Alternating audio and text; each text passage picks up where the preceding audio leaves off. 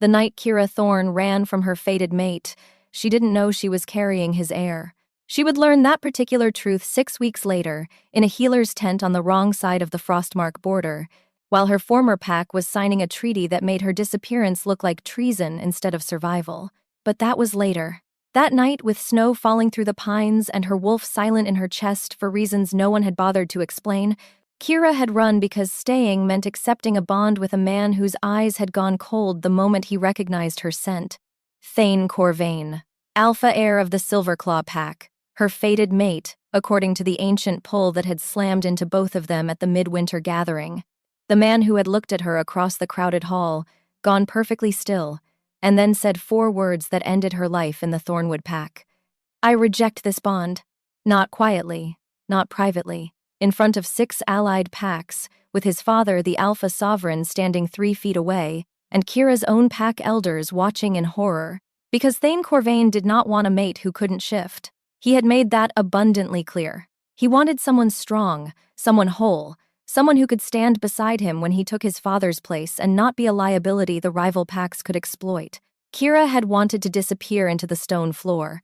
She had wanted her wolf to rise and prove him wrong.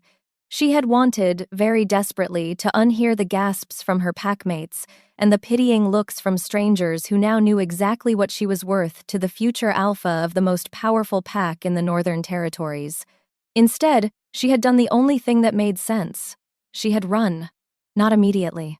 That would have been too obvious. She had waited 3 days, long enough for the gathering to disperse, long enough for the formal negotiations between Silverclaw and Thornwood to begin in earnest, long enough for everyone to stop watching her like she was a fragile thing about to shatter.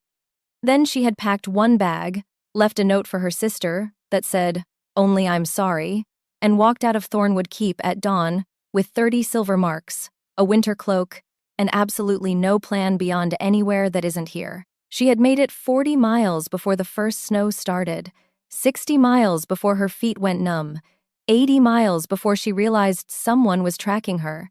The Frostmark border was not a line on a map. It was a feeling.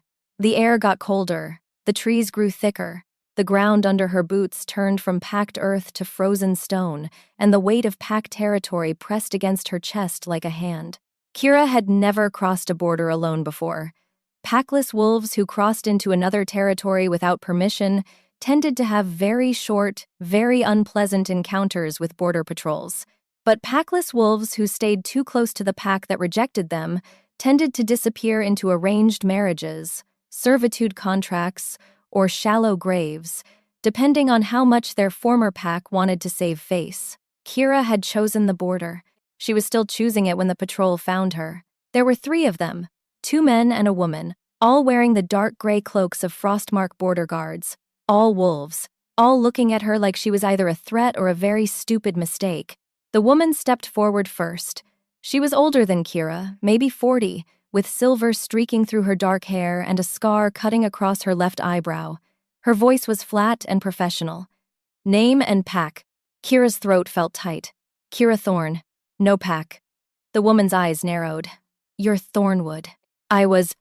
Thornwood doesn't release packless. Thornwood didn't release me. Kira lifted her chin. I left. One of the men made a low sound that might have been a laugh. The woman's expression didn't change. You left, she repeated. During alliance negotiations. Right after the heir of Silverclaw publicly rejected you at midwinter. So they knew. Of course they knew. Pack politics traveled faster than rumors, and a rejected mate bond involving the future alpha of the Northern Territories was the kind of humiliation that echoed across every pack in the region. Kira's hands tightened around the strap of her bag. Yes, the woman studied her for a long moment.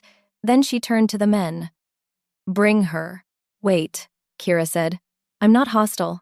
I'm just passing through. The woman looked back at her. Packless wolves don't pass through Frostmark. They petition at the border, or they get escorted back to their territory of origin. You want a petition? Kira thought about going back to Thornwood, about walking into the keep where everyone now knew she had been rejected, about facing her sister's pity and her elder's disappointment and the careful, polite distance everyone would maintain because no one wanted to be associated with damaged goods. I'll petition, she said.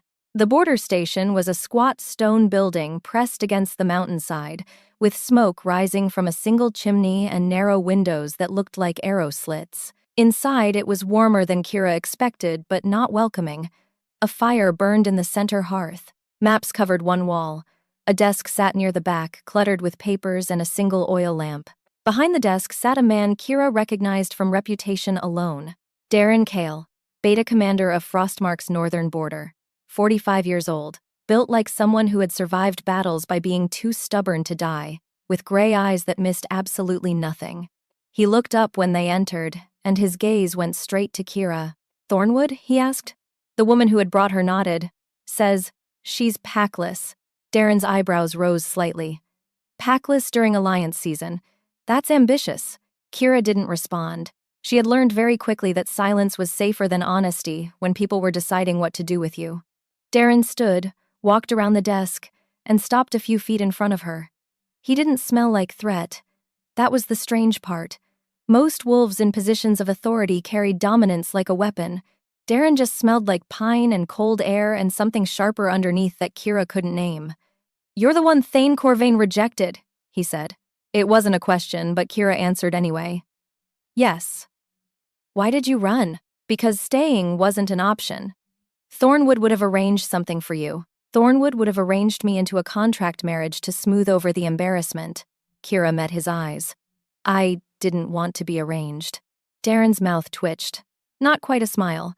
"So, you walked 80 miles in the snow to cross into Frostmark territory without permission." "I had permission to leave Thornwood." "You had permission to travel within Thornwood lands. You did not have permission to enter ours." Kira's jaw tightened. "Then send me back." "Can't." "Why not?" "Because Silverclaw just sent word that they're opening an investigation into your disappearance. Apparently, the future Alpha is very concerned about the well-being of his rejected mate." The floor felt like it had tilted. "What?" Darren walked back to his desk, picked up a folded letter, and held it out. Kira took it with numb fingers. The letter was short, formal, written in the careful language of pack diplomacy that made threats sound like courtesies. It requested that Frostmark report any sightings of Kira Thorne, who had left Thornwood under unclear circumstances, and whose disappearance was causing concern among the allied packs. It noted that Silverclaw took a personal interest in her safe return. Kira's hands shook. "He doesn't want me back."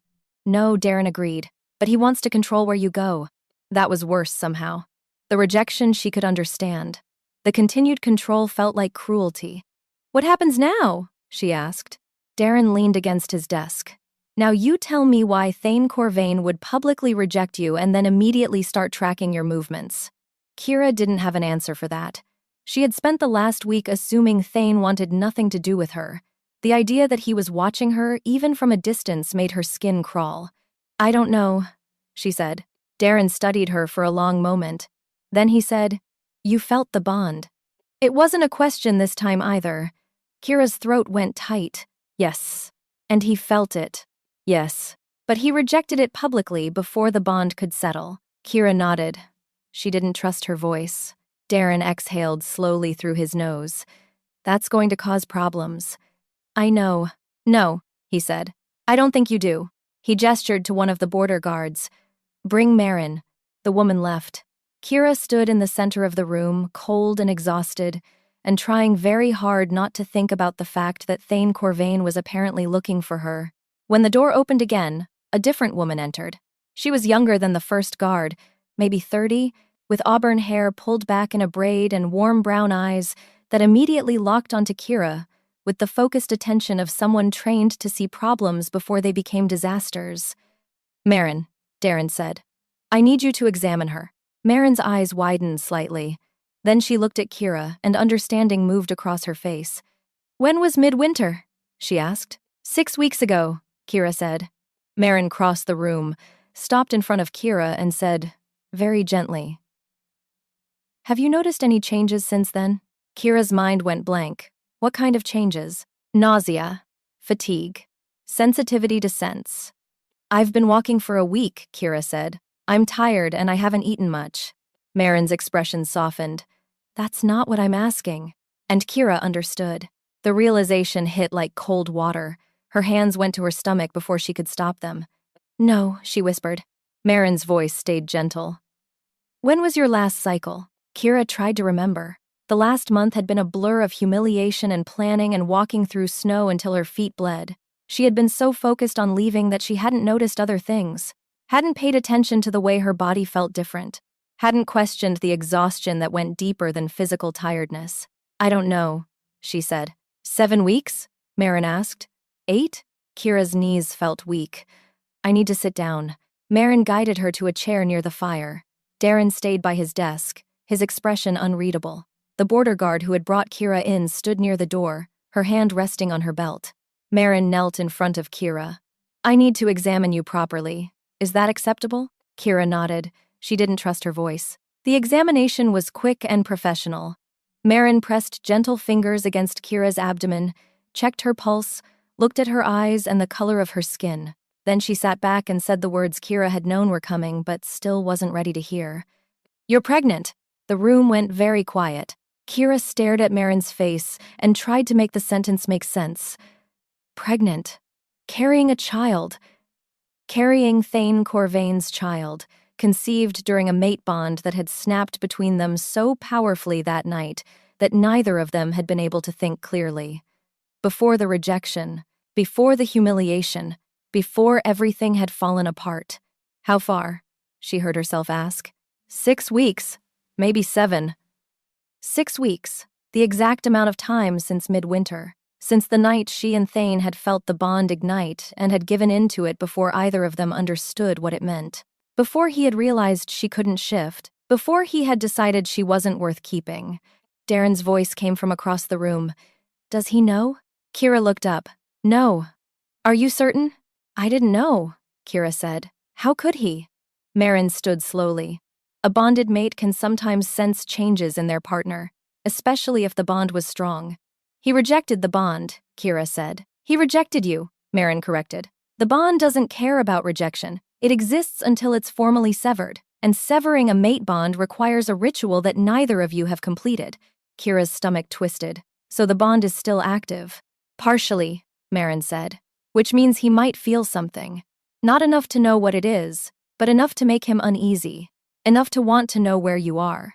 That explained the letter, the sudden concern, the request for Frostmark to report her location. Thane didn't want her back, but some part of him was being pulled toward her anyway, and he didn't understand why. The irony was almost funny. The bond he had publicly rejected was now forcing him to care whether she lived or died, and the child he didn't know about was the reason the bond refused to let go.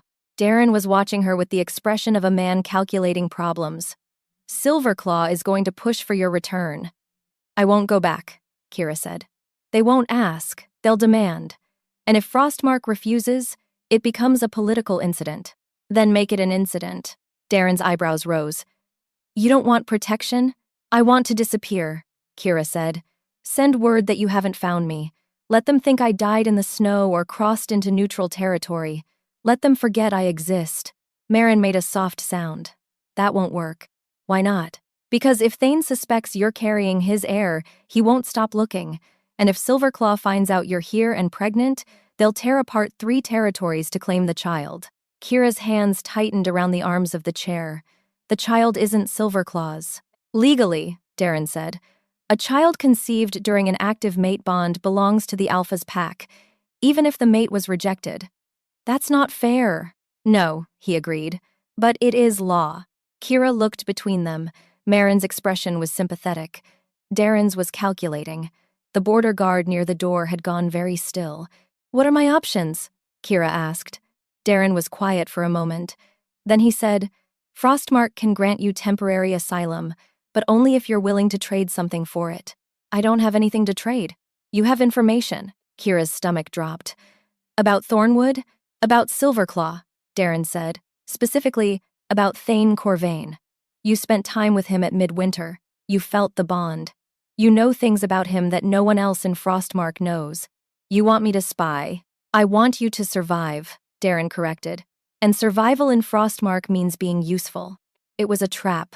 A neat, practical trap that gave her safety in exchange for betraying the man who had already betrayed her. Part of Kira wanted to refuse on principle. The rest of her was too tired and too pregnant and too desperate to care about principles. What do you need to know? she asked. Darren's expression didn't change, but something in his posture relaxed. Everything you can remember. His strengths, his weaknesses, his relationships with his pack, his father's expectations.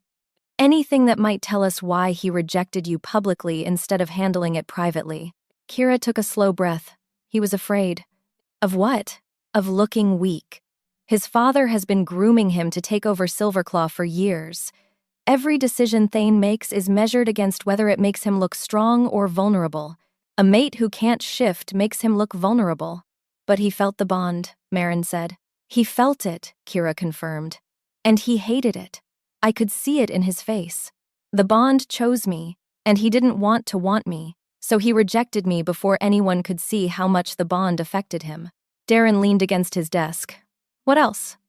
Kira thought back to midwinter, to the gathering hall, to the moment Thane's eyes had found hers across the crowd, and something had slammed into both of them like a physical force. He's possessive, she said. Even after the rejection, he watched me. Every time I moved, his eyes tracked me. He didn't want me, but he didn't want anyone else to have me either. That's consistent with the letter, Darren said. He's tracking you because the bond won't let him walk away completely. So what do? You stay here. You let us handle Silverclaw's inquiries. You don't contact anyone from your old pack. And you let me decide how much information to give Thane when he inevitably shows up. Kira's heart lurched. He's coming here? Not yet, Darren said. But he will. Men like Thane Corvain don't leave loose ends, especially not loose ends that involve their bloodline. He didn't say your child, but Kira heard it anyway. Marin touched her shoulder gently. I'll set you up in the healer's quarters. You'll be safe there. Safe. The word felt foreign. Kira had not felt safe since the night of midwinter. She wasn't sure she remembered how.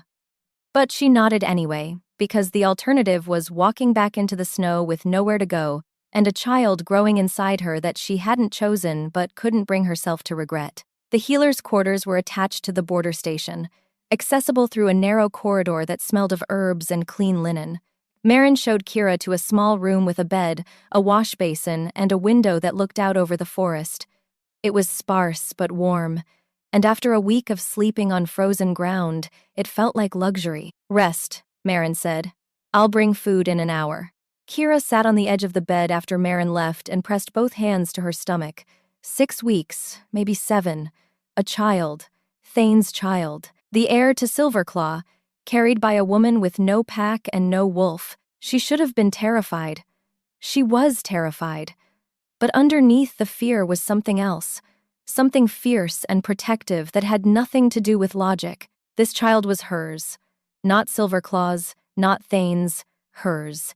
And she would do whatever it took to keep it safe, even if that meant becoming useful to a pack she barely knew, even if it meant betraying a man who had already made it clear she was worth nothing to him, even if it meant learning to live in the spaces between packs, belonging nowhere and everywhere at once. Kira lay back on the bed and stared at the ceiling. Outside, snow began to fall again. Inside, her wolf stayed silent, but for the first time in 6 weeks, Kira didn't mind the quiet. She had enough noise in her head without it. The first week in Frostmark passed slowly. Kira stayed in the healer's quarters, venturing out only when Marin insisted she needed fresh air, or when Darren summoned her to his office to ask more questions about Silverclaw. The questions were always careful, professional. Darren never pushed, but he also never stopped asking.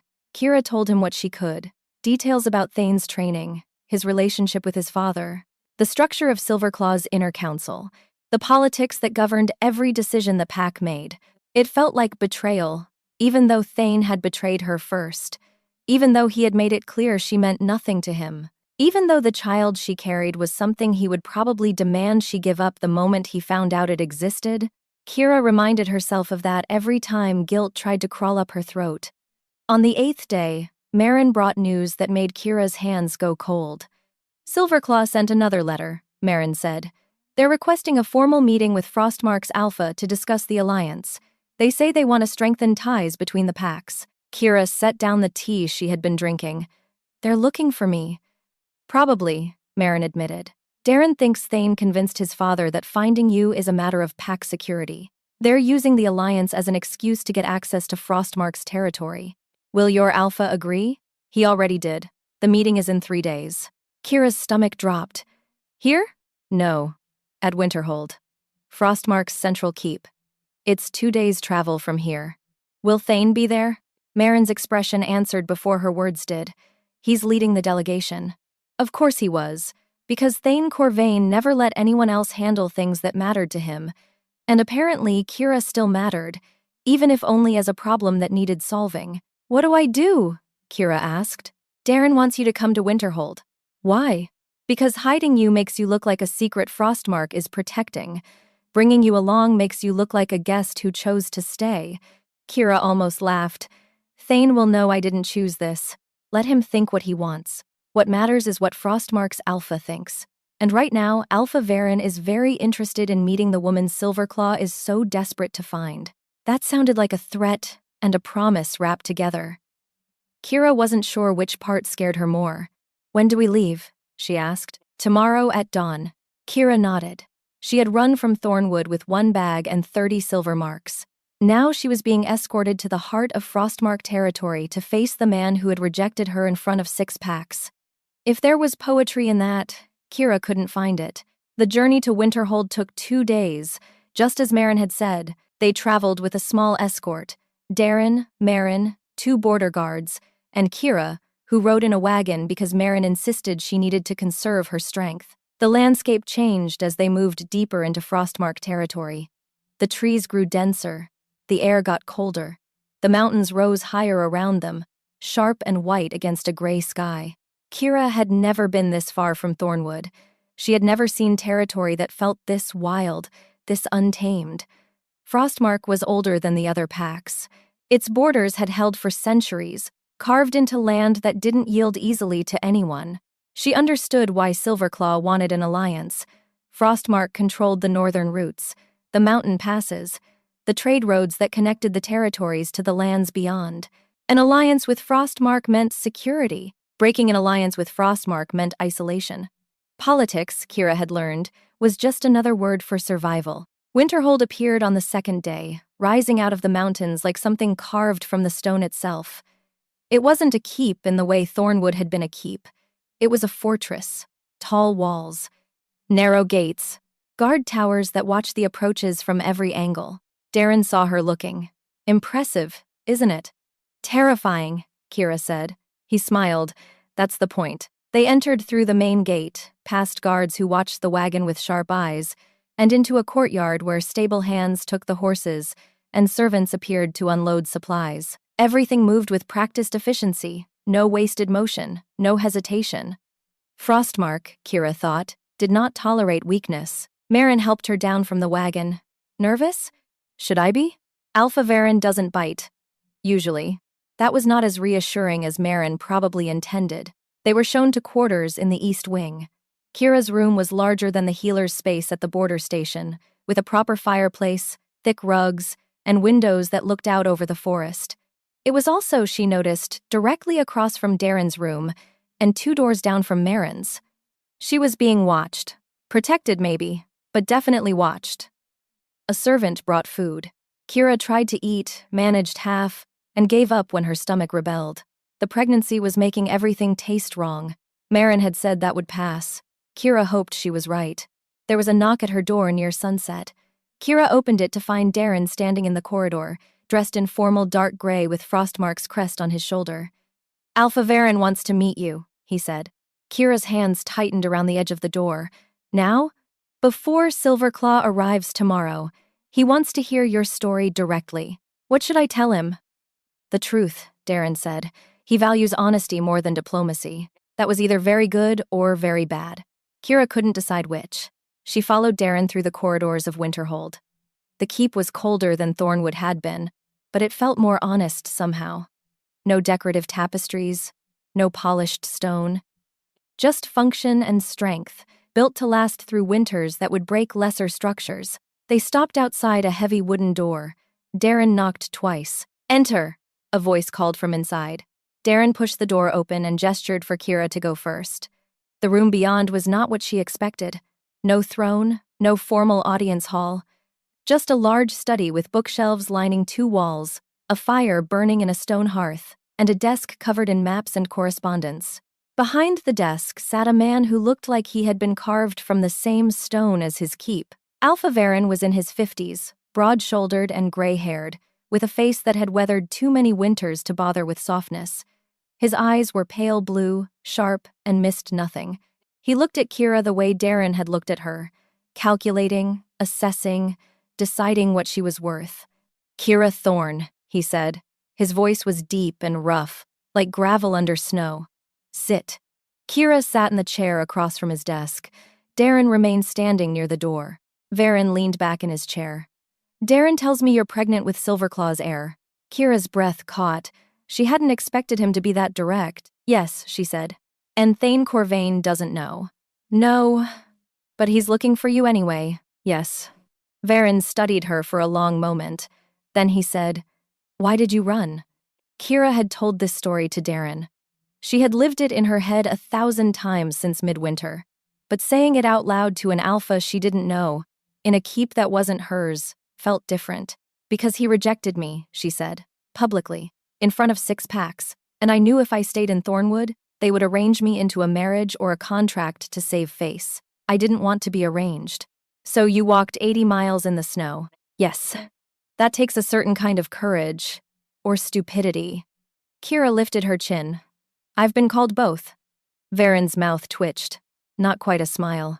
"Darren says you've been useful, giving us information about Silverclaw." "I've told him what I know." "Why?" "Because you offered me asylum in exchange." "No," Varen said. "That's why you're cooperating. I'm asking why you're willing to betray a man you share a mate bond with." Kira's throat tightened. He rejected the bond first. "That's not an answer." Kira looked at the fire. "I'm pregnant with his child, and if he finds out, he'll claim it. Not because he wants me, not because he cares about the bond. Because a child born from a rejected mate is a political problem, and Thane Corvain doesn't leave political problems unsolved. So you'd rather hide the child from its father." "I'd rather raise the child somewhere it won't be used as a bargaining chip." Varen was quiet for a moment. Then he said, "Silverclaw arrives tomorrow. Thane will be with them. What do you want me to tell him?" Kira met his eyes. "Nothing." "Nothing? Let him think I'm a guest. Let him think I came to Frostmark by choice. Don't tell him about the child. And when he figures it out?" "He won't," Kira said. "Not if I'm careful." Varen's expression didn't change, but something in his posture shifted. "You're underestimating him." "Maybe," Kira said, "but I'm not underestimating what he'll do if he finds out." Varen looked at Darren. "What do you think?" Darren stepped forward. "I think she's right. If Thane knows about the child, he'll push for custody. Silverclaw will back him. It becomes a legal battle. Frostmark can't win without making enemies. But if we hide the child and he finds out later, it becomes a betrayal." Varen turned back to Kira. "You're asking me to lie to an allied pack's heir about his bloodline. I'm asking you to protect a child that doesn't belong to Silverclaw yet." "It belongs to Silverclaw the moment it's born," Varen said. "Unless the bond is formally severed before then." Kira's stomach twisted. "I can't sever a bond Thane already rejected." "Actually," Marin said from the doorway, "you can." Everyone turned. Marin stepped into the room, her expression apologetic. "Sorry," she said. "I was listening. But Kira's right. If a mate rejects the bond publicly, the rejected mate has the right to formally sever it through a Luna rite. It's old law, but it's still valid." Varen's eyebrows rose. "And if the bond is severed, the child's pack affiliation is determined by the mother's choice." "Exactly," Marin said. Kira's heart was pounding. "I don't have a pack." "You could," Varen said. The room went very quiet. Darren straightened. "Alpha." Varen held up a hand. "I'm not offering her full pack membership, not yet. But a provisional bond would give her standing, enough to claim the child under Frostmark protection." "Silverclaw will challenge it," Darren said. "Let them," Varen said. "They rejected her first. By old law, she's within her rights to seek sanctuary with another pack." Kira's mind was spinning. A provisional bond. Protection. A chance to raise her child without Silverclaw looming over every decision. It sounded too good to be real. "What do you want in return?" she asked. Varen smiled. It was not a kind smile. "Everything you know about Silverclaw. Everything you remember about Thane. And your cooperation during tomorrow's meeting. What kind of cooperation? The kind where you sit at my table and let Thane see that you're not running anymore, that you chose to stay here, that you're not his problem to solve. It was a test. Kira understood that.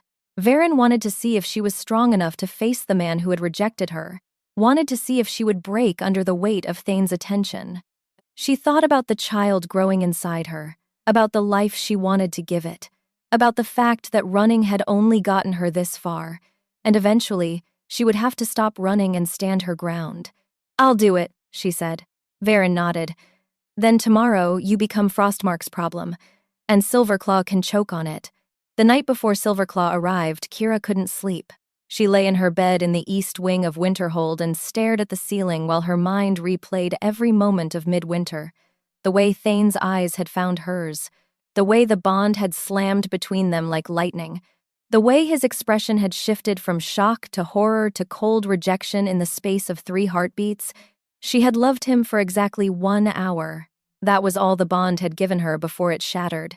1 hour of feeling complete. Of feeling seen. Of feeling like the broken pieces of her finally made sense because someone else's broken pieces fit perfectly against hers.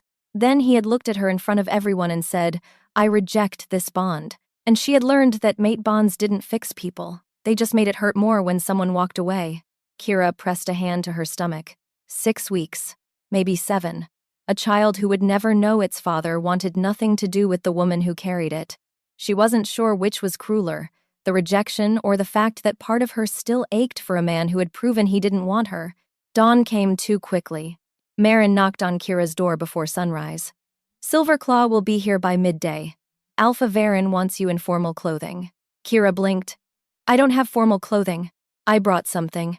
The dress Marin held up was deep blue, simply cut, with long sleeves and a high collar. It was warm and practical, but it was also unmistakably formal. The kind of dress someone wore when they wanted to be taken seriously. Kira put it on. Marin helped her with the ties, then stepped back and nodded. "You look like you belong here," Marin said. Kira looked at herself in the small mirror above the wash basin. She didn't recognize the woman looking back. This woman had steel in her spine. This woman wasn't running anymore. Kira hoped that woman was real and not just a costume. By the time Silverclaw's delegation arrived, Kira was seated in Winterhold's great hall at a table to the left of Alpha Varen's seat. Darren sat beside her, calm and watchful. Marin stood near the wall with the other healers. The hall was full of Frostmark wolves, all dressed in their formal grays, all watching the entrance with the patient attention of predators waiting for prey. Kira's hands were clenched under the table where no one could see them. The doors opened. Silverclaw's delegation entered in formation. 10 wolves, all dressed in silver and black, all moving with the synchronized precision of a pack that had trained together for years. At the front walked 2 men Kira recognized immediately. Corvain, Alpha of Silverclaw, Thane's father, 60 years old, silver-haired and carrying authority like a blade. His presence filled the room before he spoke. And beside him, Thane. Kira's breath caught. She had forgotten how tall he was, how broad his shoulders were, how his dark hair fell just past his collar, and his gray eyes swept the room with the focused attention of someone cataloging threats. He wore silver and black like the rest of his pack, but on him, it looked like armor. His gaze moved across the hall, scanning faces, assessing positions, and then stopped. On hair, the bond flared. Kira felt it like a hand closing around her ribs. Not painful, but present, real. A pull she had spent 6 weeks trying to ignore and couldn't anymore because Thane was looking at her with an expression she couldn't read. Not shock. He had known she was here. Darren must have sent word. But something else moved across his face. Something that looked almost like relief before it vanished behind the cold mask he wore so well. Alpha Varen stood. "Welcome to Winterhold." Corwin inclined his head. "Thank you for hosting us, Alpha Varen." "Sit," Varen said, gesturing to the table across from where Kira sat. "We have much to discuss." Silverclaw's delegation took their seats. Thane sat directly across from Kira, his eyes never leaving her face. She forced herself to hold his gaze, forced herself not to look away. forced herself to remember that he had rejected her, and she didn't owe him explanations or apologies or anything else. The bond disagreed. It pulled at her chest, insistent and unrelenting, demanding she acknowledge the man sitting 3 feet away who felt like home and betrayal tangled together. Kira ignored it. Alpha Corvain spoke first. "We appreciate Frostmark's willingness to meet during this difficult time." Varen raised an eyebrow. "Difficult?" "One of Thornwood's wolves disappeared under concerning circumstances. We wanted to ensure she was safe." Varen's expression didn't change. "You're referring to Kira Thorne?" "Yes."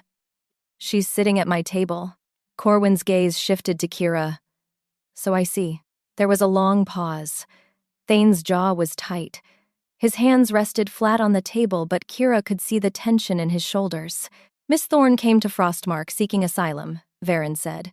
"We granted it." "On what grounds?" Corwin asked. "On the grounds that she was packless and asked for sanctuary. By old law, any wolf without a pack may petition for protection." "She had a pack," Thane said. His voice was rougher than Kira remembered. It sent a shiver down her spine that she hated herself for feeling. Varen looked at him. "Did she?" "Thornwood is her birth pack. Thornwood released her." "Thornwood did not. Thornwood let her leave during alliance negotiations without sending a search party. That sounds like release to me." Thane's hands curled into fists. "She left because—" He stopped. Kira knew what he had been about to say. "She left because I rejected her, because I humiliated her in front of 6-packs, because I broke a bond neither of us asked for but both of us felt." But Thane didn't say it, because saying it out loud would make him look weak, would make Silverclaw look weak, would give Frostmark leverage in negotiations. "She left," Varen finished for him, "because she chose to, and she came here because Frostmark offered her what Thornwood and Silverclaw did not: safety." Corwin's expression hardened. "With respect, Alpha Varen, Silverclaw's interest in Miss Thorne is not political. It's personal. My son and Miss Thorne share a connection." "A rejected connection," Kira said. Every head in the room turned toward her. Thane's eyes widened slightly. Corwin's expression sharpened. Varen's mouth curved into something that might have been a smile. Kira kept her voice steady. "Thane Corvain rejected our mate bond publicly at midwinter, in front of 6 allied packs, including his own. That rejection severed any claim Silverclaw has to my presence or my choices." Corwin leaned forward. "A rejected bond is not a severed bond." "Then perhaps it should be," Kira said. Thane's voice was low. "Kira." She didn't look at him, couldn't look at him, because if she looked at him, she would see the pull in his eyes that matched the pull in her chest, and she would remember that he had felt this too, had chosen to walk away from it anyway. "Miss Thorne has requested a Luna right to formally sever the bond," Varen said. "Frostmark will honor that request." The room went silent. Alpha Corwin's face went carefully blank. "That is unprecedented." "It's old law," Marin said from near the wall.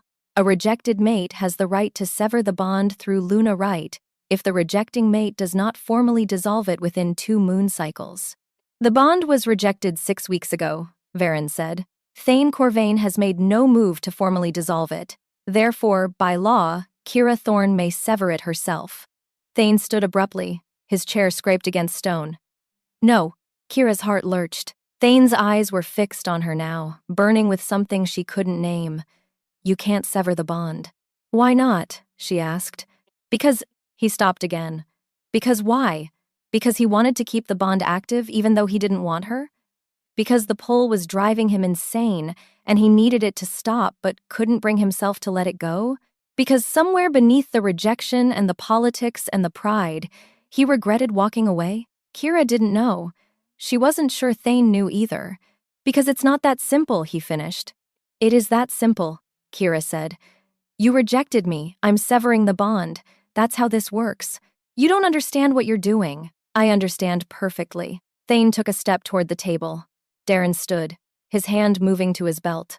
The tension in the room ratcheted up so quickly that Kira could feel it pressing against her chest. "Sit down," Corwin said quietly. Thane didn't move. "Sit down." Thane's jaw worked. Then, slowly, he sat. Corwin looked at Varen. "If Frostmark proceeds with the Luna Rite, Silverclaw will consider it an act of political interference." Consider it what you like, Varen said. The law is clear.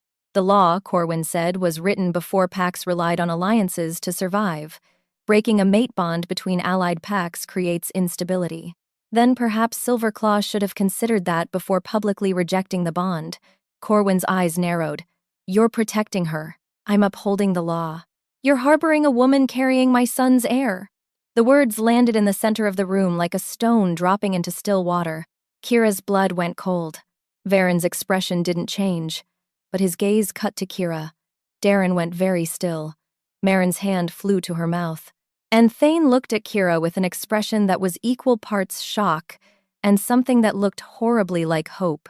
That's not confirmed, Varen said carefully. Isn't it? Corwin's voice was soft. Dangerous. My son felt the bond pull 6 weeks ago. It hasn't faded. If anything, it's grown stronger. That only happens when a mate is pregnant. Kira wanted to run, wanted to disappear, wanted to unhear the last 30 seconds and go back to the version of this meeting where her secret was still safe. But she was done running. Yes, she said. The room erupted, not with noise, with presence. Every wolf in the hall leaned forward, every eye locked onto Kira. The weight of their attention was suffocating. Thane's voice cut through it. Is it mine? Kira finally looked at him, really looked at him, and she saw beneath the cold mask to the man underneath. The man who had felt the bond and hated it. The man who had rejected her but couldn't walk away. The man who was staring at her now like she held the answer to a question he didn't know how to ask. Yes, she said. Thane exhaled like he'd been punched. Corwin stood. Then the child belongs to Silverclaw. No, Kira said. By law. By law, Marin interrupted. A child's pack affiliation is determined by the mother's bonded pack at the time of birth. If Kira severs her bond with Thane before the child is born, she can claim the child under whatever pack accepts her. Frostmark will accept her, Varen said. Corwin's expression turned glacial. You're stealing our heir! I'm protecting a woman you rejected. We rejected her. Not the child. The child is part of her, Varen said. You don't get to choose which parts you want to keep. Thane was still staring at Kira. Why didn't you tell me? Because you made it very clear you didn't want me, Kira said. Why would I tell you about a child you'd only see as a problem? You don't know that. Don't I? Thane's hands pressed flat against the table. I would never abandon my child. But you'd abandon me. The words hung in the air between them. Raw, true, unbearable. Thane's expression cracked.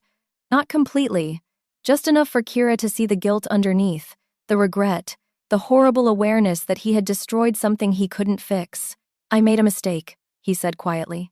Kira's throat tightened. You made a choice. I was afraid. I know.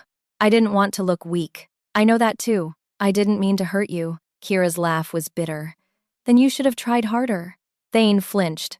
Corwin's voice cut through the moment. This is irrelevant. The child is Silverclaw's by blood. We will claim it. You'll try, Varen said, and you'll fail. Because Kira Thorne is under Frostmark's protection, and Frostmark does not yield to threats. Then this alliance is over. The room went cold. Varen stood slowly. Are you certain you want to make that threat, Alpha Corwin? I'm certain I won't let you steal my grandchild. I'm not stealing anything. I'm protecting a woman and her unborn child from a pack that has already proven it doesn't value her. Corwin's face went hard. This isn't over. No, Varen agreed. It isn't. Silverclaw's delegation left before sunset. Kira watched from the window of her room as they rode out through Winterhold's gates. Thane looked back once, his eyes searching the keep until they found her window. Kira stepped back from the glass before he could see her clearly. The bond pulled. She pressed a hand to her chest and felt the ache of it settle beneath her ribs. It would fade, Marin had said. After the Luna rite, after the bond was formally severed, it would hurt for a while, but eventually it would stop. Kira wasn't sure she believed that. There was a knock at her door. She opened it to find Darren standing in the corridor. You did well, he said. I told them about the child. You didn't have a choice. Corwin already knew. Kira's hands trembled. How? Mate bonds are strange, unpredictable. Some wolves can sense changes in their bonded partner even after rejection. Thane probably felt something shift and didn't understand what it was until today. So he knows now. Yes. Kira sank onto the edge of her bed. What happens now? Now we prepare for the Luna Rite. It's scheduled for 3 nights from now, under the full moon. And after that? After that, your Frostmarks. Formally, completely. And the child is protected. Will Silverclaw come back? Darren's expression was grim. Eventually. But not yet. Corwin will try political pressure first.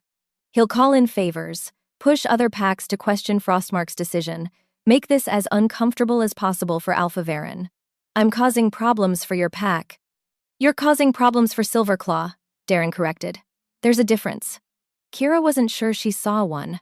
After Darren left, Kira lay on her bed and stared at the ceiling. Outside, the sun set behind the mountains. Inside, her wolf stayed silent. And in the space between heartbeats, Kira felt the bond pull one more time. She wondered if Thane felt it too. The Luna Rite was old magic, Merrin explained the night before the ceremony. Older than the packs, older than the territories. It was the kind of magic that didn't ask permission, that didn't care about politics or pride, or anything except the fundamental truth of what two souls wanted. The rite will sever the bond, Merrin said, but only if both parties consent. Kira looked up from the tea she wasn't drinking. I thought Thane didn't have a choice. He doesn't have a legal choice. But magic doesn't care about law. If he refuses to let go, the rite will fail. Kira's stomach dropped. What happens if it fails? The bond stays active. Partial, damaged, but still there. You'd be bound to someone who rejected you, and he'd be bound to someone he can't claim. That sounds like torture. It is, Merrin said gently. Which is why most rejected mates don't survive long enough to attempt the rite. Kira set down her tea. You think Thane will refuse. I think he's conflicted. He rejected you out of fear, but the bond is making him question that choice. Add a child to the equation, and he's going to be torn between what he wants and what he thinks he should do. What do I do if he refuses? You endure, Merrin said, and you raise your child knowing that you tried. The night of the Luna Rite, Kira stood in a clearing outside Winterhold's walls under a sky full of stars and a moon so bright it hurt to look at. The clearing was sacred ground, old ground, the kind of place where the boundaries between worlds felt thin. A stone circle stood at the center, worn smooth by centuries of use. Torches burned at intervals around the perimeter, casting long shadows across the snow. Alpha Heir stood at the northern edge of the circle, Merrin at the east, Darren at the south, and at the west, waiting in silence, stood Thane. He had come alone. No guards, no delegation, just him, dressed in simple black, looking at Kira across the clearing like she was the only person in the world. The bond flared. Kira's breath caught. She had felt the pull every day since midwinter, but this was different. Sharper, clearer. As if the magic of the clearing amplified everything the bond had been whispering. Varen's voice cut through the silence. Kira Thorne, Thane Corvain, you stand before the Luna Circle to sever a bond neither of you chose but both of you felt. Do you come willingly? Yes, Kira said. Thane hesitated. Then, yes. Then step forward. Kira walked to the center of the circle. Thane approached from the opposite side. They stopped 3 feet apart, close enough to feel the pull, far enough to maintain distance. Merrin stepped into the circle, carrying a silver knife. The rite requires blood, she said. 1 drop from each of you, given freely, to release what was bound. She held out the knife to Kira first. Kira took it, pressed the blade against her palm, and felt the sting as it cut. Blood welled up, dark against her skin. Merrin took the knife back and offered it to Thane. He didn't move. Thane, Varen said quietly. Thane's eyes were fixed on Kira's bleeding hand. If I do this, I lose you. You already lost me, Kira said. Not completely.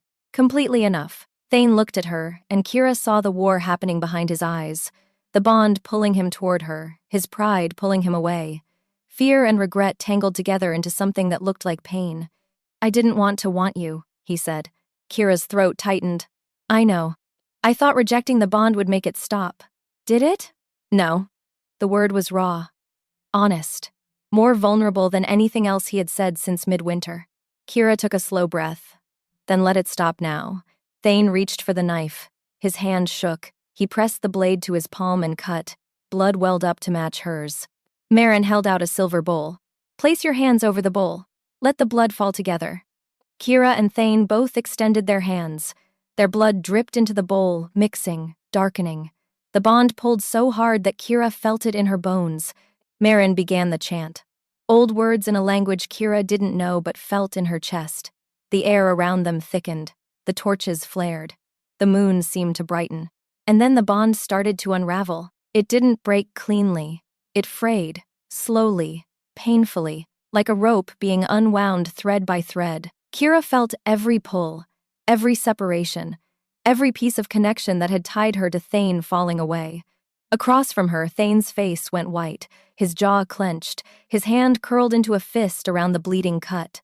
"Don't fight it," Marin said quietly. "I'm not," Thane gritted out. But he was. Kira could feel it, could feel him holding on even as the magic pulled them apart, could feel the part of him that didn't want to let go, that was terrified of what it meant to sever this completely. "Thane," Kira said. He looked at her. "Let go." His expression cracked. "I can't. You have to. I made a mistake." "I know. I should have chosen you." Kira's eyes burned. "But you didn't." The bond pulled tighter. The magic pressed down. And Thane finally stopped fighting. The bond snapped. Kira gasped. It felt like falling, like the ground had disappeared beneath her and she was tumbling through empty space with nothing to catch her. The pull in her chest vanished. The ache under her ribs went silent. The connection that had tied her to Thane Corvain for 6 weeks unraveled completely. She was free, and it hurt more than she expected. Across the circle, Thane staggered. Darren caught him before he fell. Thane's face was pale, his breathing harsh, his eyes wide with something that looked like grief. Marin lowered the bowl. "It's done." Varen stepped forward. "The bond is severed.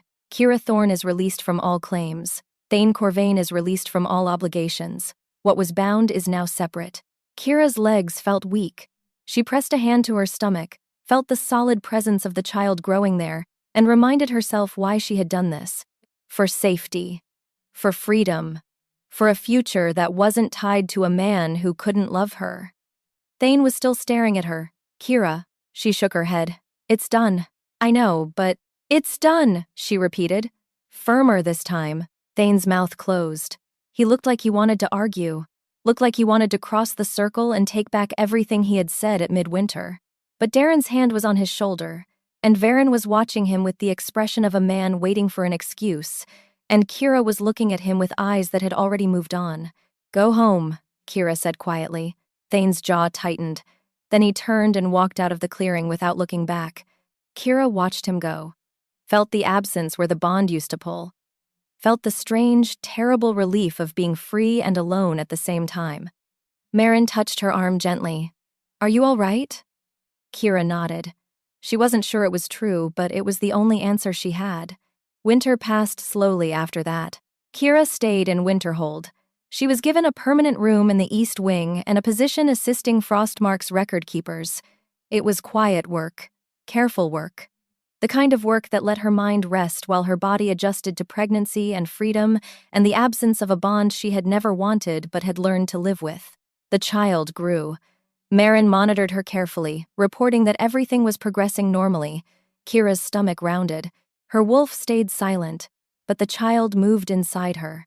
Small flutters that reminded her she wasn't alone even when the keep felt empty. Silverclaw sent letters, formal requests to visit, offers of support, barely veiled threats about bloodline and inheritance and legal claims. Varen ignored them all. Kira didn't hear from Thane directly. She told herself that was better. Easier. The bond was gone, and with it, any reason for him to contact her.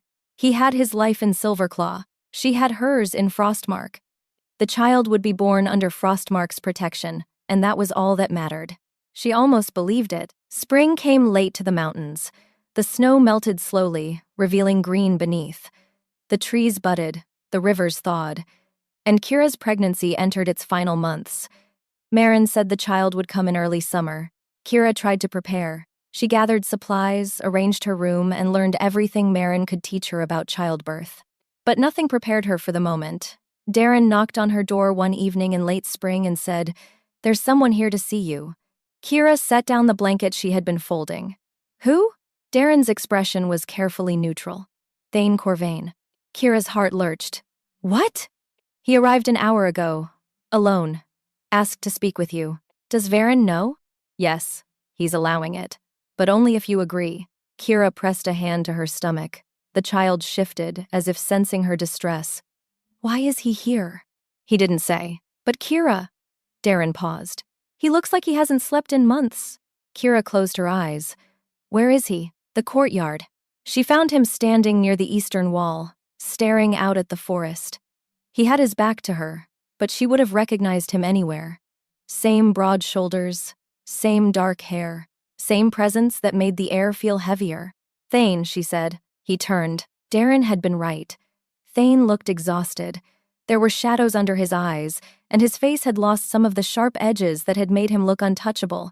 He looked human, breakable, real. Kira, he said. She stopped a few feet away. Why are you here? To see you. We severed the bond. I know, so what do you want? Thane looked at her for a long moment. His eyes dropped to her rounded stomach, and something in his expression broke. I want to apologize, he said. Kira's throat tightened. You already did. Not properly. Not in a way that matters. He took a careful step forward. I rejected you because I was afraid of looking weak. I thought a mate who couldn't shift would make me vulnerable. I thought choosing you would make me look soft. It would have, Kira said. I know, and I was wrong to care more about appearances than about you. Kira's hands trembled. This doesn't change anything. I know that too. Thane's voice was rough. But I needed you to know that I regret it. Every day, every hour. I regret walking away from you. Why? Because I'm carrying your child? No, he said quietly, because you were my mate, and I threw that away. The words hit Kira harder than she expected. She wanted to be angry, wanted to tell him it was too late, that he had made his choice and she had made hers, but anger felt exhausting, and she was too tired to carry it anymore. What do you want, Thane? He looked at her belly again. I want to be part of our child's life. As what? The father who rejected its mother? As someone who made a mistake and is trying to do better, Kira wrapped her arms around herself. I don't trust you. I don't expect you to. And I don't want you here out of obligation. I'm not here out of obligation, Thane said. I'm here because I can't stay away. The courtyard was silent except for the wind moving through the trees. Kira looked at Thane and saw the truth in his eyes. He wasn't lying. He wasn't performing. He was just a man who had made a terrible choice and was living with the consequences. The bond is gone, she said. I know. So whatever you're feeling, it's not the bond pulling you here. I know that too. Kira took a slow breath. Then, what is it? Thane's voice dropped. It's the fact that I've spent 3 months trying to forget you, and I can't. It's the fact that I dream about you every night and wake up feeling like I lost something I'll never get back.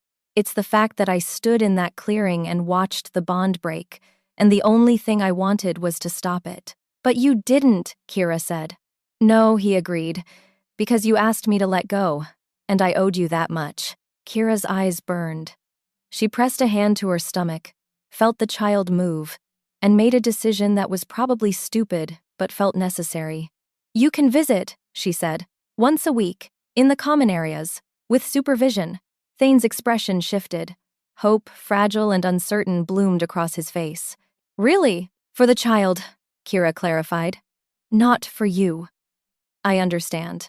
And if you hurt me again, Thane, I will make sure you never see either of us. I won't, he said, I swear it. Kira wasn't sure she believed him, but she nodded anyway, because she wanted to believe that people could change, that mistakes didn't have to be permanent, that maybe, just maybe, something good could come from something broken. Once a week, she repeated. Once a week, Thane agreed. Thane kept his promise. He visited every week, always alone, always respectful. He brought gifts for the child, small things, practical things, a carved wooden wolf, a soft blanket, a mobile with silver stars that caught the light. He asked about Kira's health, about the pregnancy, about whether she needed anything. He never pushed, never demanded, never acted like he had any right to more than what she was willing to give. Slowly, carefully, they learned to exist in the same room, without the bond pulling them together or the rejection pushing them apart. Kira told him about the child, how it moved, how it kicked, how sometimes late at night she would press her hands to her stomach and wonder what kind of person was growing inside her. Thane listened like every word mattered. One evening, he asked, "Have you thought about names?" Kira looked up from the tea Marin had insisted she drink. A few. "Can I hear them?" She hesitated. Names felt personal, intimate, the kind of thing you shared with someone you trusted. But Thane was watching her with the careful hope of a man who knew he had no right to ask but was asking anyway. "Isla," Kira said quietly. "If it's a girl, that's beautiful. And Kale, if it's a boy." Thane repeated the names softly, as if testing how they sounded. Then he said, "They're perfect." Kira set down her tea. "You don't get to choose." "I know, but I'm allowed to think they're perfect anyway." Something in Kira's chest loosened. Not forgiveness. Not yet.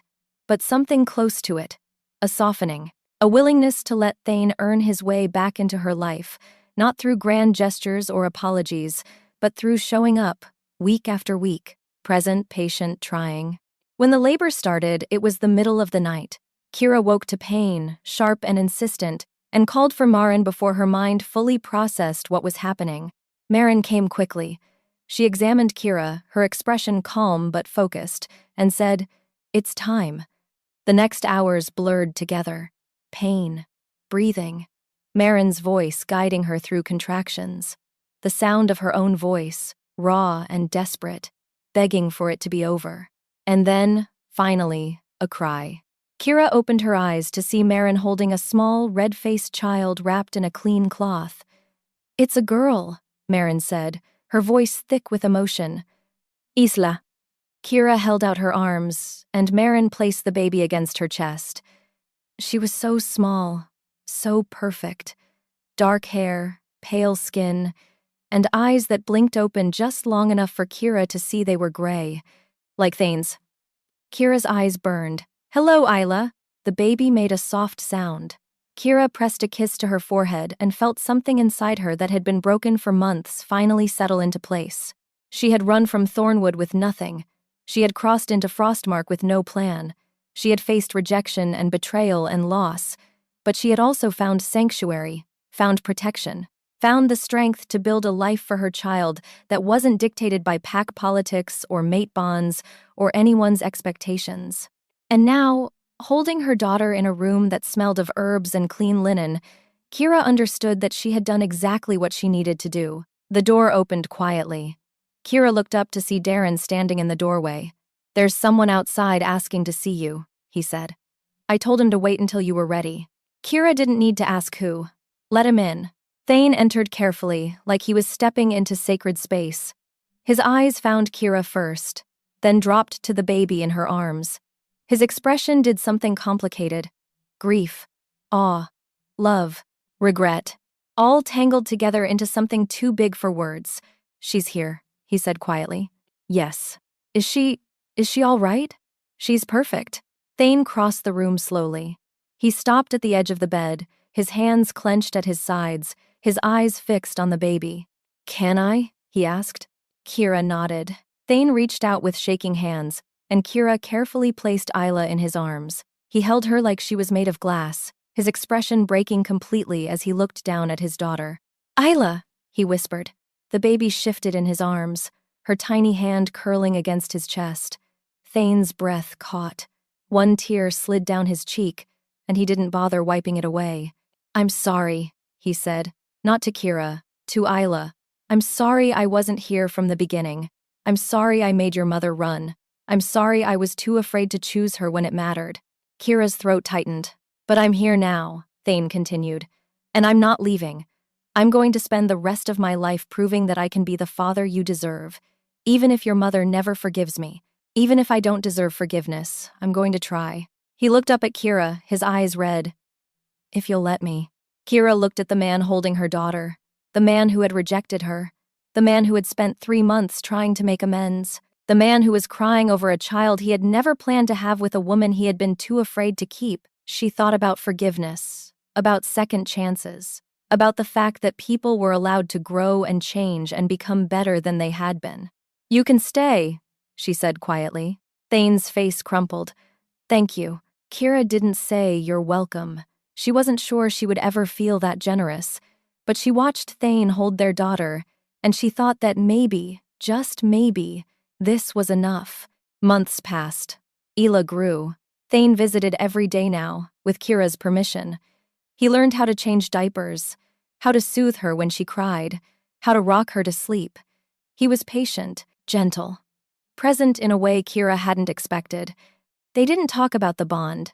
They didn't talk about midwinter. They talked about Isla, about her first smile, her first tooth, the way she grabbed Thane's finger and wouldn't let go.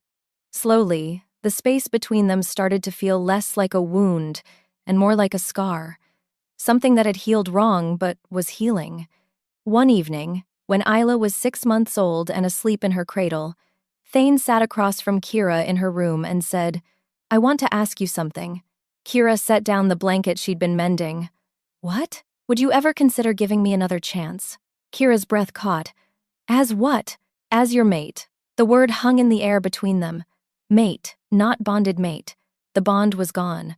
But the possibility of choosing each other, deliberately and without magic, was still there. Why? Kira asked. Because I love you, Thane said simply. Not because of the bond. Not because of Isla. Because you're brave and stubborn and you didn't break when I tried to break you.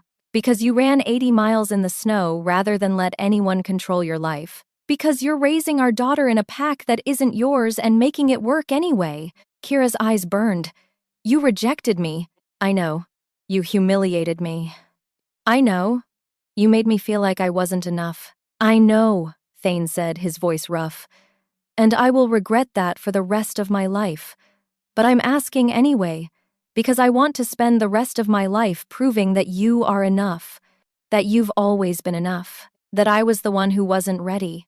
Kira looked at him, really looked at him, saw the man who had changed, who had shown up every day for 6 months without asking for anything in return, who held their daughter like she was the most precious thing in the world, who looked at Kira like she was too.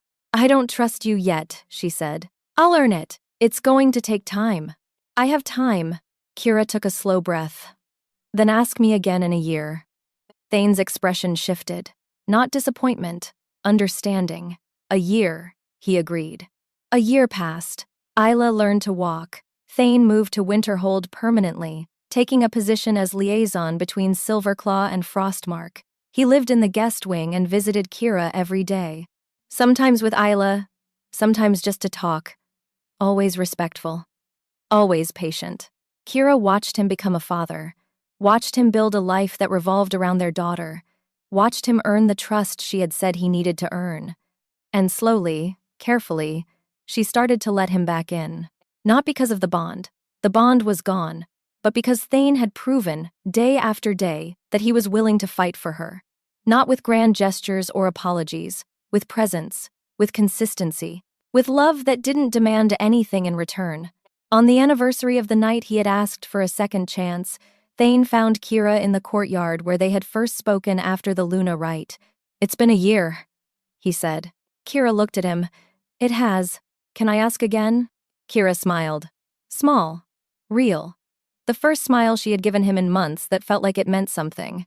You can ask. Thane took a slow breath. Kira Thorne, will you let me be your mate? Not because of magic, not because of our daughter, but because I love you, and I want to spend the rest of my life proving it. Kira looked at the man standing in front of her, the man who had rejected her, the man who had come back, the man who had learned to be better. Yes, she said. Thane's face broke into the widest smile she had ever seen. He crossed the distance between them and pulled her into his arms, careful and reverent, like he still couldn't believe she was real. I love you, he whispered against her hair. I know, Kira said. Now prove it. And he did. Every day, for the rest of their lives.